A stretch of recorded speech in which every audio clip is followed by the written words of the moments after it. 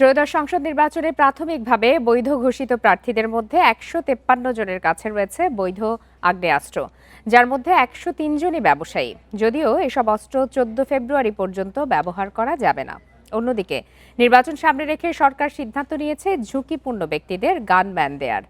বিশ্লেষকরা বলছেন, ভোট সুষ্ঠু করতে নিরাপত্তার বিষয়টিতে সর্বোচ্চ গুরুত্ব দিতে হবে। ত্রয়োদশ সংসদ নির্বাচনে প্রার্থী হওয়ার জন্য মনোনয়নপত্র জমা দেন ২,৫৬৮ জন। যাচাই বাছাই শেষে প্রাথমিকভাবে ১,৮৪২ জনের মনোনয়ন বৈধ ঘোষণা করে নির্বাচন কমিশন। তবে আপিল শুনানি শেষে চূড়ান্ত প্রার্থী তালিকা পাওয়া যাবে ১৮ জানুয়ারি। বৈধ ঘোষিত প্রার্থীদের হলফনামার তথ্য অনুযায়ী ১৫৩ জনের কাছে বৈধ আগ্নেয়াস্ত্র রয়েছে। এদের মধ্যে বিএনপির ৯২, জাতীয় পার্টির ১২, জামাতে ইসলামীর ৪ ও ইসলামী আন্দোলনের ৫ জন। এছাড়া অন্যান্য দলের ১২ জনের কাছে বৈধ আগ্নেয়াস্ত্র রয়েছে। আর স্বতন্ত্র ২৮ প্রার্থীও বৈধ আগ্নেয়াস্ত্র থাকার কথা হলফনামায় দিয়েছেন।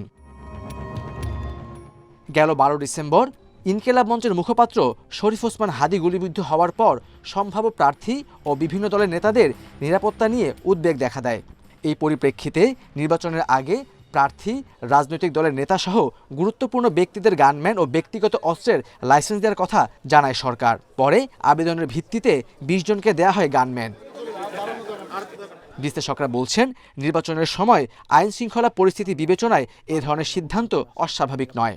সরকারের পক্ষে কাউকে নিরাপত্তা দেওয়া সম্ভব না। নিরাপত্তা দিতে হয় সরকারের এজেন্সিগুলোর মাধ্যমে। তো এই আসলে সরকার এবং এজেন্সিকে আলাদা না, সরকার আর এজেন্সি সব মিলেই রাষ্ট্র।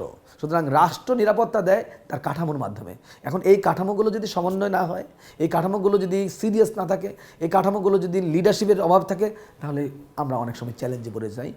তবে যাকে নিরাপত্তা দেয়া হচ্ছে তার প্রকৃত ঝুঁকি যথাযথভাবে মূল্যায়ন করা জরুরি বলে মনে করেন এই বিশ্লেষক।